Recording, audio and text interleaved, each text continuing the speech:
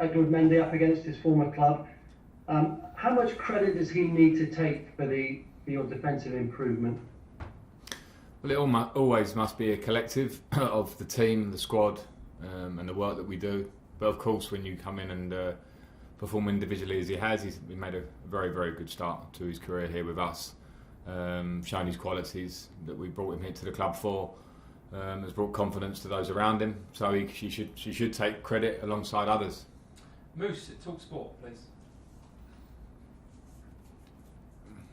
Hi Frank, how are you doing? Hey Moose, good. I just wanted to ask you where you think you're placed at the moment in the group after a couple of games. Obviously delighted being unbeaten, and obviously the fact that the last 3 games clean sheets, have they been the most important thing for you almost? Yeah, I think in the group we're happy. Seville was a tough match at home, probably a fair result for both teams, and then we go and get a good result in Russia. So there's still a lot of work to do to make sure we don't get complacent at this point, because we know that if Rennes come and get any form of result at our place, it changes the face of the table. So we must stay on top of ourselves. And the recent clean sheets have been great. Yeah, it's obviously something that we were looking at. I always look at that side of our game. We know we wanted to improve it from last season, and then I certainly analysed the specific reasons why we weren't as good as we wanted to be. So we've seen some progression in that, but that has to remain a work in progress. We can't come off that. The focus and concentration of the team has been great. It needs to stay that way. John Cross, thank you very much. Hello Frank, good to see you. Hi, Hope you're well. I was just going to ask you a little bit more about Edu Mendy, if I may, just facing his former club. I mean, he's made such a positive, strong start. What's he like as a personality? Because he seems to exude a certain confidence, which gives the defence a reassurance. You know, makes good saves as well. But there's a personality there as well, isn't there? Yeah. When we were in to look to sign in Edu, we obviously made the inquiries, and Peter Cech was heavily involved. I think that's pretty common knowledge. So all the feedback was that he had a great personality, a strong personality in the dressing room, and everything that I heard, all those positives have came true. He is very low maintenance. He works hard, wants to work more, eager to engage with his teammates, engage with myself, smile on his face, and has played well. So yeah, no, it's a real positive when you have a player that comes in and hits the ground running on the pitch, but also is a real positive in the dressing room, and he's been that. Ian Bolton, Sky Sports News. Hi, thanks. Hi. Another one on Eduard, if I may. 5 clean sheets in his 6 matches, just 1 goal conceded. Pulisic was speaking about him just a few days ago, saying that Mendy is not even at his best. These aren't the best performances that we'll see. Where can he improve as a player?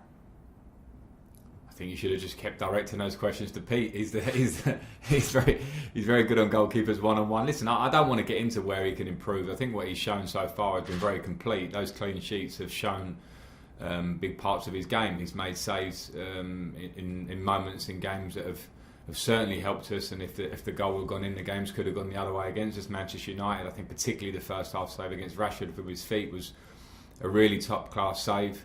He's given off a sense of calm in his distribution and his coming for crosses and things that you just want from the goalkeepers, and he's done that. So I'm sure he'll improve. I think when Pete says that, he's talking about the fact that it's really early days for him at the club. He's settling in still to a degree, but again, I'm not trying to play this down though. I don't want to get too ahead of ourselves because it's been a really good start for him. I'm very confident in him. He's shown great qualities so far. I think there is going to be a lot more to come, and with his attitude, which is key, and I've seen how he wants to work and how he wants to be, the humility in him, I think he can go much further in many departments. James Robson.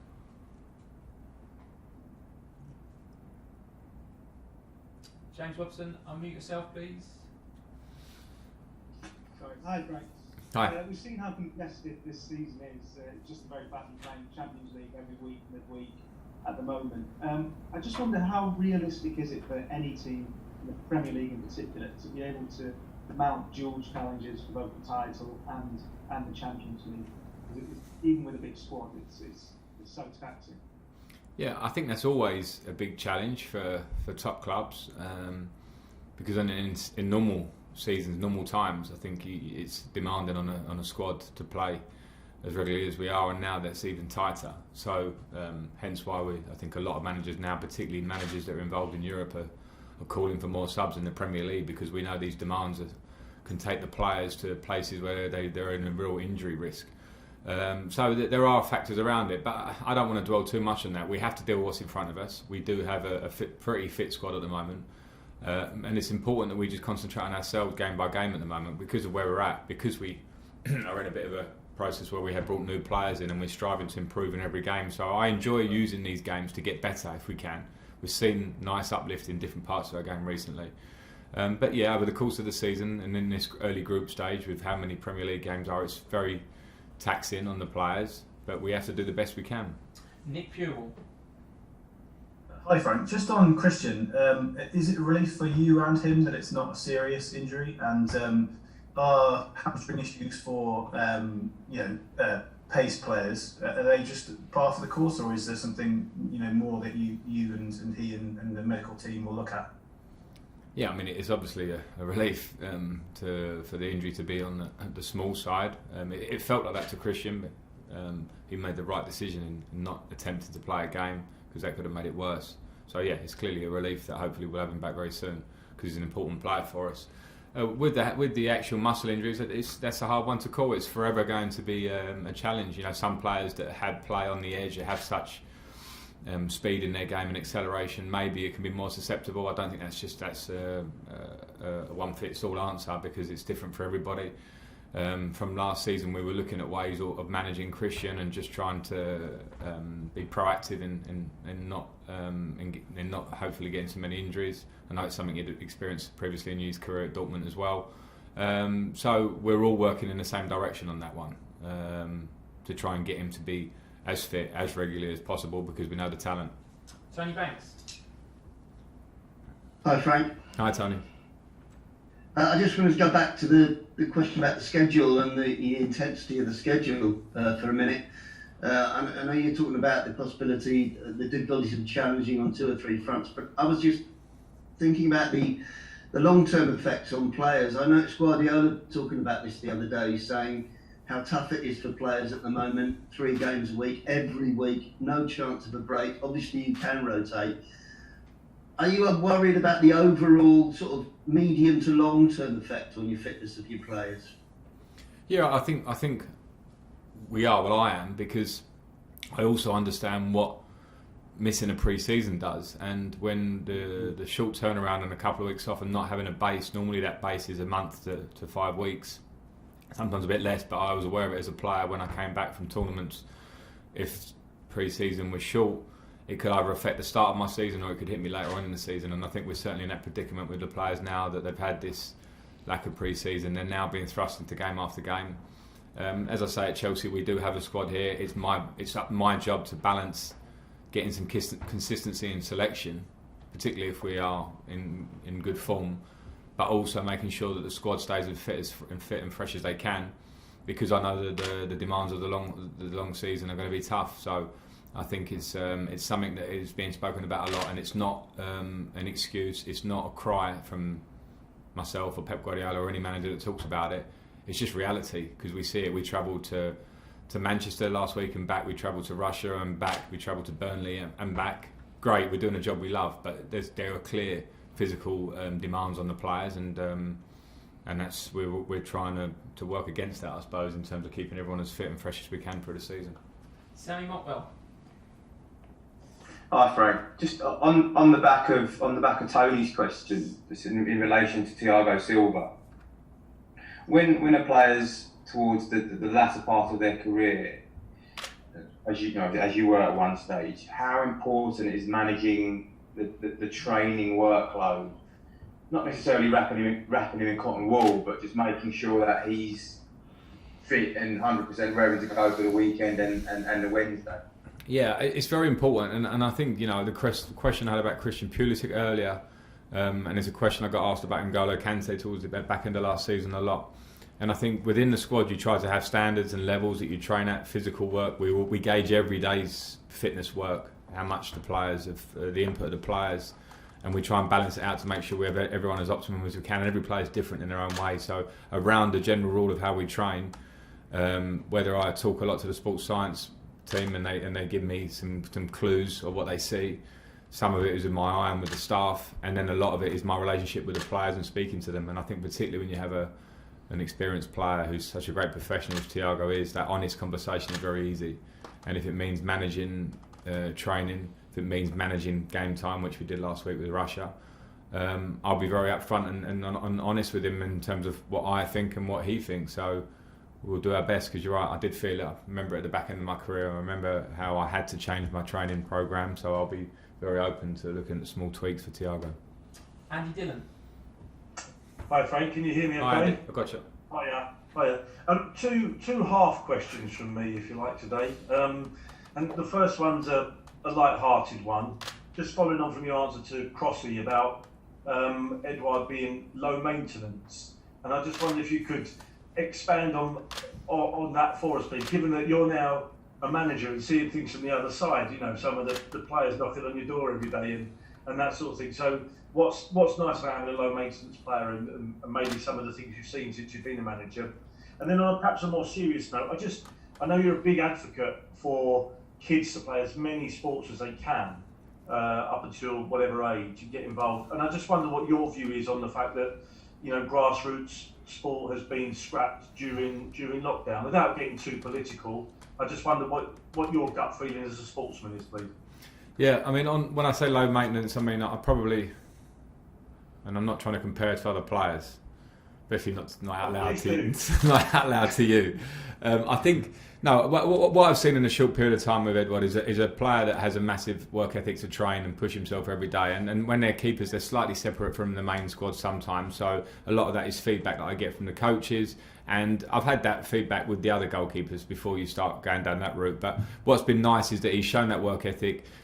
He smiles every day. He's not asking a million questions, but he's asking enough questions which are really relevant, little individual things about his relationship with the players around him on the pitch, things I love, players to engage with each other. So I've really enjoyed that positive side of his engagement.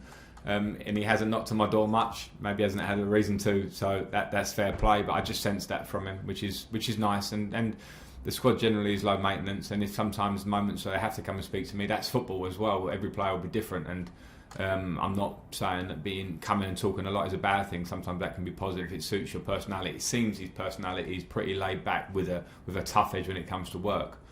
The second question is obviously a deeper issue, and I'm a massive advocate for young children playing all sorts of sports. So I don't want this to come to sound like I'm going against that, but in unprecedented times we are relying on the government and the scientists and the people in charge. So I think I would be probably stupid to jump into the political argument too much, rather than to say if it can be done in a safe and careful way for the children involved, for the families involved of the children. We know that schools have remained open. If it can be done, and we have to strive in every way we can for it to be done in a safe way. I think for physical health, for mental health, for families that have children that are sitting at home, we must strive to do it as much as we can if it can be done in a safe way. Okay, last two, then we've got to go. David Heitner and then Matt Law to finish. David. You there, David? Hi, Frank. Can you hear me? Hi, gotcha. Hi, Frank. We often talk about Burnley away as a kind of a very typical English challenge, almost like a testing ground in a way. I just wondered what Mendy and Thiago Silva made of that challenge. And from your side, you know, keeping a clean sheet in such an impressive win, what you sort of take moving forward in terms of defensive security from that? Well, I think with Edu and Thiago, we always give as much information as we can, and now two players, as I sort of touched on Edu there, that are thirsty for information. You know, particularly with Thiago, I was speaking a lot in the week about the style of game that Burnley would be. He was very interested to hear it, which shows me a top professional who want to prepare to the smallest detail, and he did. And I just thought they dealt with the game very well, both in their individual ways, and it was a good game from both of them and the team. In terms of the result, yeah, I mean it's always a difficult place to get a result, particularly a convincing result, because normally the direct nature of the game at times can mean that there will be threats around your box, and we negated those in a big way. But as I said after the game, it's very important to have perspective. I had perspective when we have maybe had lesser performances and dropped some points this year. and I'll keep perspective when we have a very good performances and win comfortably. There's a lot of work to be done. It was a nice side of our game that we showed, actually, both with the ball and without it. But we are still trying to improve. So it's the bigger thing for me is the confidence to the team to feel the way they play, to feel the security of not being too much under pressure in our own box, and to feel the comfort and passing options we had throughout the game. That was a big thing for me. We need to carry that forward. Last question, Matt Law. Hi, Brent. Hi, Matt. Dillo stole my thunder a little bit, but if I can go back to his question about the kids, because our paper's actually launched a campaign about trying to keep kids active in lockdown. I just wondered, sort of, as a father, elite sportsman, and now head coach, do you worry about the impact all of this is going to have on a generation of kids, and both mentally and physically? I do worry, and that's because it's a tough time. And as you say, I'm a father, and I think on the bigger answer to your question about keeping sports and facilities around in this next month, say in the short term, is a tough one because I don't know all the data behind it. But I also do know that if as a parent, you can affect it as much as you possibly can, which means if you can remain active, if you can encourage your child to be active in this tough time in a safe way, of course, and work with them and take them to the park, or if you have outside space that you can use it, then I think it's a great thing to be able to do. I was very fortunate. I had a sporting family that it naturally seemed to happen for me. I know that not everybody has that circumstance around them. But I would, as I say, just to go back to what I said, Matt, and I don't want to feel like I'm being too general about it, but I would really encourage if we can find a way to keep children active, but it does have to be done in a safe way because we're somewhere we've never been before. So I hope that we can find the right solutions, and I think it's a great cause that your paper has taken up to try and make it at least a loud conversation, that we try and do our best to keep children active so we don't see a long-term issue coming back from it later on in these young children's lives. Okay, that's it. Thank you very much. Thank you. Gents. Cheers all. All right. Thank you.